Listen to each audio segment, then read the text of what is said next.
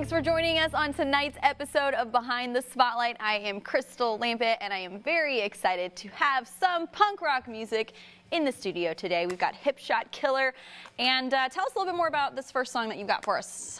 Well, it's called Gimme Something Better, and it's on our last record, which came out in 2016, called They Will Try to Kill Us All. And it's basically just about doing the best you can with what you have. All right. Give Me Something Better by Hipshot Killer. Take it away, guys. Thanks. Sweetheart, gonna lose it. You won't take it. Such a good first days. No, I'm not that strong. I should lose hand size. Instead of breaking up. Please take the best of me. Sure you got enough. Give me something better where we go. When I see the sun on every road. Gonna fight against this new control. Give me something better when we go.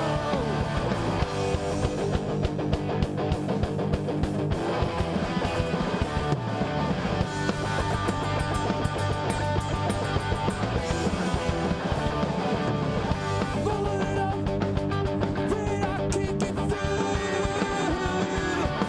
All this is in life that I share with you. Give me something better where we go. When I see the sun on every road. Gonna fight against this new control. Give me something better when we go.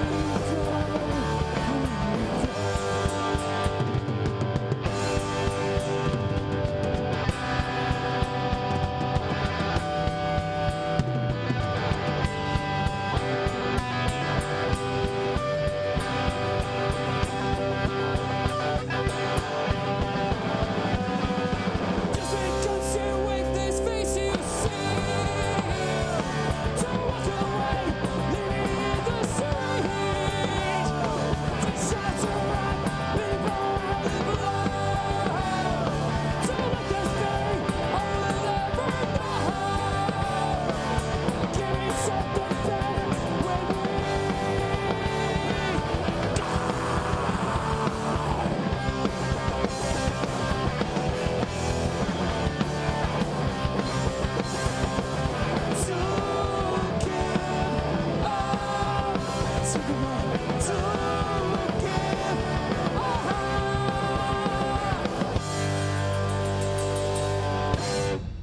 That was Give Me Something Better by Hipshot Killer, and I'm so curious to know about the name. Where did Yeah. Hipshot Killer come from? I used to drink a lot, and I would get these like half pints of Jim Beam, those little Yep. half pints, and I used to call those hip shots, because it's Because like you- a hip flask, And you would put it on your keep in my head. pocket or And whenever you need jacket one, or- you just... exactly. Hip shot. And we were, the band was getting together and we didn't have a name yet. And so, of course, we're drinking during practice. And I Of course. finished one off and I was like, man, I'm really killing these things. It's like, Hipshot Killer. Hipshot Killer. Ah. Yeah, and it wasn't the worst name ever. At this point, I'm kind of a little bit like, I wish it had been inspired by something, maybe a little bit more. Positive and uplifting or something? Well, not necessarily positive, but just something, I don't know, different. But Isn't that how most band names come about, though? Most of them do, yeah. I think a lot of them they're inside jokes, or it's just something that you, like random words that you put, like those generator things on Facebook now. It's like the last yeah. thing you ate and Next to obtaining a a color. drummer, deciding on your band name is the most odious task a band can possibly true, do. dude. So I once mean- we got it out of the way, Heavy on that's odious. the name, you're done, and then you just ride or die. So. But I mean, I've noticed you're pretty indecisive with song names. So did this, was this a process? Did you have any? Only in the preliminary stages of the recording and writing of the material. Once it's done and on the page, it's done. Almost Once you've written it in pencil. Well, okay, once it comes out on a record and, Right. and there's a title associated with that song on the record itself. Yeah, but that doesn't mean to say that the song on the set list, like the title on the set list, will change. Or just like just go back to like what it was in the first place. Like one of the songs that we played tonight. I don't think Buddy's ever known the actual title of it. You've called it the AC/DC song. I'm like, wait, which song is this? And that's what he knows. So like on his set list, I'll just write AC/DC song. On our set list, it's the actual title of the song. And there's a couple of songs like that actually that I've just pretty much all of them. I have my own alternate titles for every song. Buddy has no idea what's works. going on. And you know what? These might all be totally different by the time this airs, so we'll keep you in the loop. But don't go anywhere. We've got more with Hipshot Killer coming up after this. By the end of it, you're gonna be like, we're not even on the same page.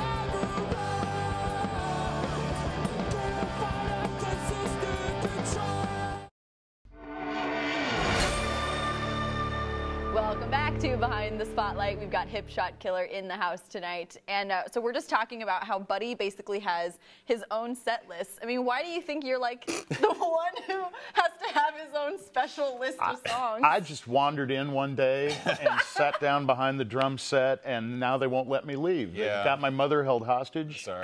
And, someday they'll let me go, but until that time. She's being cared for. Yeah, so they She's tell me. fine. She's So being they tell taken care of. She's getting some of your tips or, however you get paid. Well, you did have trouble, though, finding a drummer, right? I mean, this was a bit of a process. So, I mean, what did you put like a drummer wanted and Buddy stumbled in one day? No, luckily enough, we all played together in another band over 20 years ago now called the Revolvers for a long time. So we had known Buddy, for a long time in previous bands. So when it came time for us to find a new drummer, he really stepped up to the plate and actually, approached me about doing it because at the time the band was kind of done with just because we'd had really, really bad luck with a couple of other drummers. Just like didn't work out? Didn't work out. They went through 50 drummers. And I'm not even exaggerating. There aren't even You're that many. so There was 5. exaggerating. There was 5. There's 5 drummers in Kansas City. 5 Technically of them, at least. speaking, And there they're were on 10 5. bands. Well, and I mean, that has to be frustrating, too, because you're teaching every single drummer your songs, and then they finally learn them. That's why. Yeah, I mean, when he originally approached me about playing, I was like, dude, I cannot teach these songs to another person. Like, I just You're can't. like, nope. I just can't. And then, luckily enough, he asked me a couple more times. I was like, all right, well, fine, let's try. So what was it about Buddy? What was the special? He's great. The special quality? He's great. Look at him. Aww. Just Well, take a look. not only is he a great drummer, I mean, we'd known each other for years and we'd played together and traveled together, and so it was a total no-brainer. It was like, well, of course you're going to play.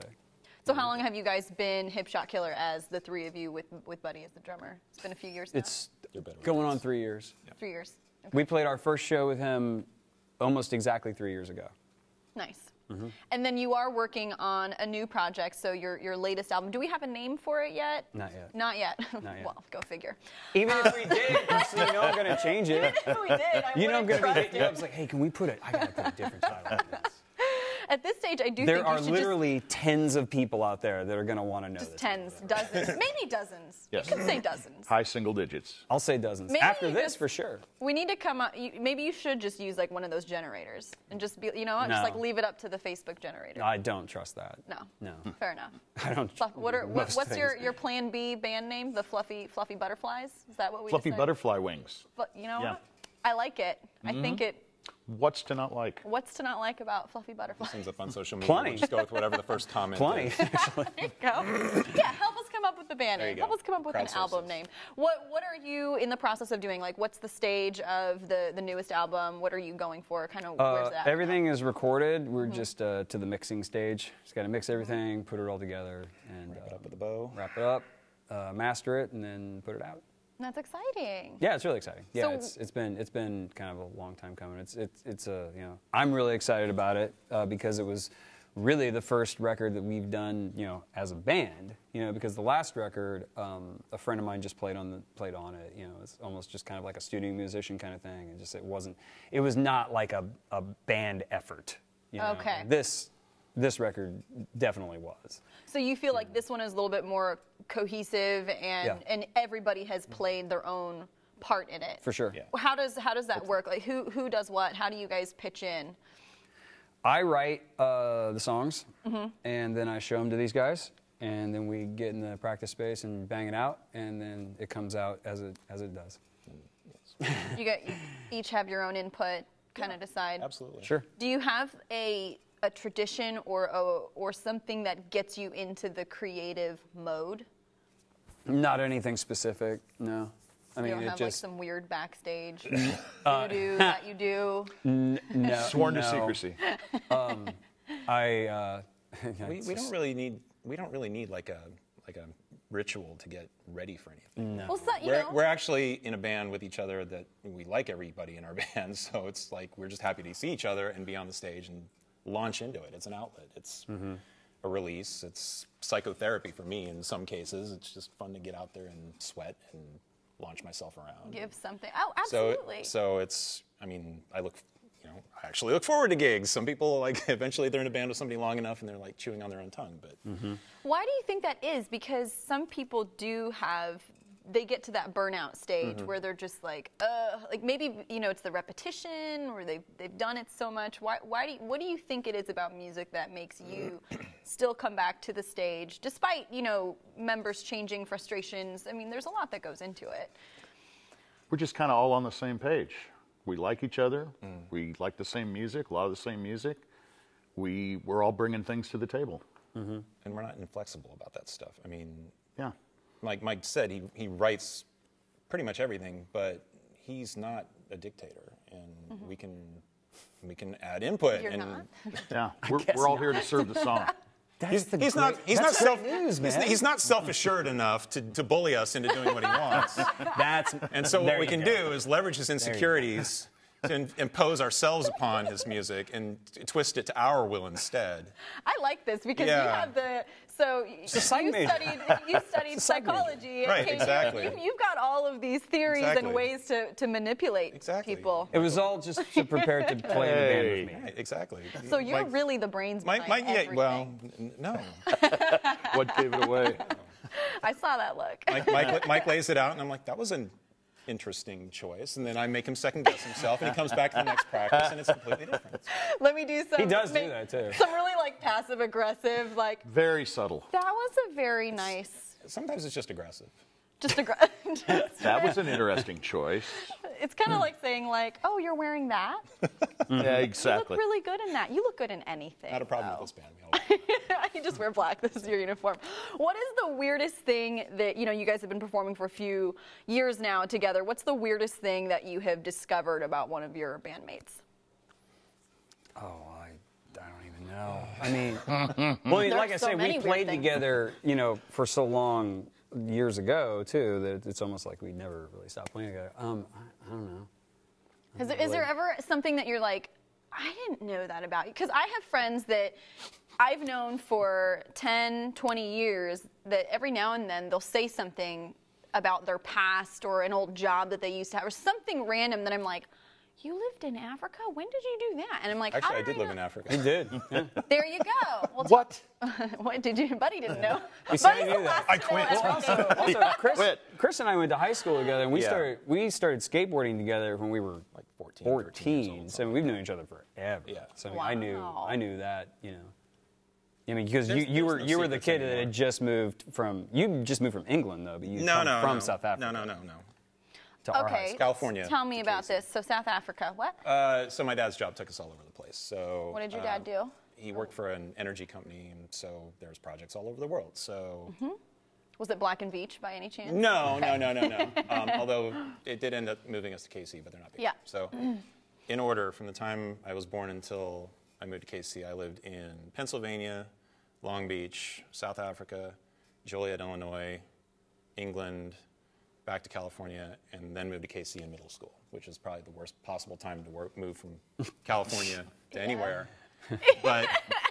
But you know what? Like I thought I was going to be riding a tractor to school, and it turned out that that's not the case. And Yep.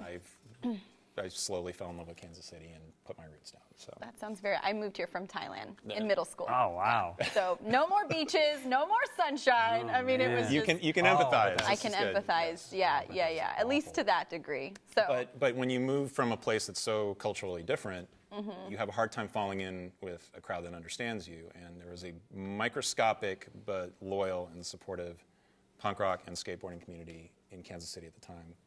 I ran into the right people at the right time. I skated with them. I went to shows at the Outhouse in Lawrence, Kansas before it turned into what it is now. Hey, Took me to my the first outhouse show. I took Mike to his first Outhouse show. That's right. Back when it was all spray paint and not glitter. And Before. and that's where we grew up. And that the Outhouse had been around for forever. I mean, Buddy's band was playing shows there, and we were going and seeing Buddy's band, and then we'd see other bands, and then we'd be in bands, and we'd play on this rotting piece of plywood, but it was like our tribe, you know. It was. And so how long have you been performing then? Because that was a long time ago. Yeah. I mean, right out of high school, so. Well, I mean, I've had a bass in my hand since I was 16 years old, and I'm 44 now. So I mean. So it started. I mean, so would you say that it was one of the things that kind of brought you into the music fold was that you're kind of a transplant. Right. You come here, you meet the right people, and music became. Well, and the barrier to entry in punk rock is nil. Like anyone can pick up a guitar and make punk rock music, and it's varying degrees of I mean, good. not anyone. No, anyone. Literally. Literally. You totally could. Okay. Could have you playing punk rock in 5 minutes. Really? I'm trying to do it with I my might take you daughter up now. on that. Your So, band would be huge. You're trying to get I'm your working on daughter my into daughter. My punk 9-year-old is rock? going to be playing My Generation before the end of the summer. What does she play? She guitar, bass? Nothing yet, but it'll be guitar.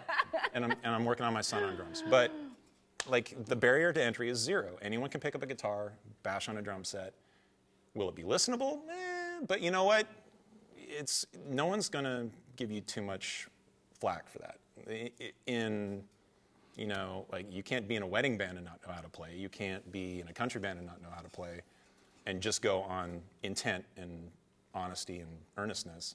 You can do that in a punk rock band, and then you get good later. And, to varying degrees, we've all gone through that. So. Would you guys kind of agree with 100%. this statement? Yeah. Really? Oh, totally. I Yes, never thought absolutely. of it this way. Absolutely. That's the attraction. It's not the attraction for anybody, but It's about expression. yeah, for those who do jump in, that's the fact that you're literally there's no barricade when you go see a show. You're right in front of the band. Sometimes they're on the floor with you. There's no stage, and you're right next to the band, and they're like this to you. And if they know their songs, they're screaming in your microphone, and you're fine with that. There's no security guards, and it's equality. You're on the same level as your fans, and you're probably seeing their bands after you get done playing anyway, and so it's very egalitarian. Do you find that sometimes you're there and you see people who are singing your lyrics and feel Sure. that sort of connection Sure. with the audience? Yes. Yeah. It's The great. People will grab our mic stands and start screaming the chorus, and I'm like, fine. That gives me feeling. that gives me one chorus off to save my voice. I'll take a break. Yeah, You exactly. take the reins. Exactly. I love it. And they know the drill because they've been to a punk rock show. They put the mic stand back up for the next chorus, and I get to sing that one. All right. Well, thank you guys so much for sharing all of your insight. Thank you. We will be right back with more Hipshot Killer after this.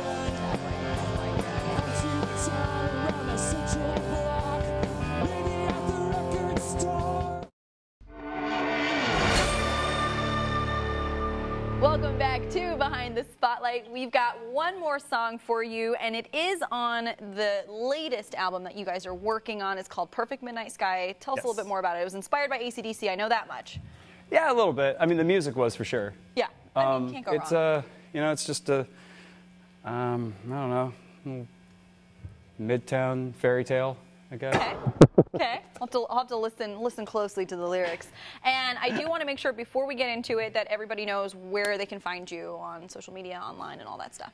Pretty much everywhere. Bandcamp is great for us. Spotify, iTunes, Amazon. And you're on all the- Instagram too. You got Instagram, Hipshot Killer. Twitter, Facebook. Yeah. Okay, so make sure you guys We're everywhere. check them out. They are everywhere, and this one is Perfect Midnight Sky. Take it away. Thank you.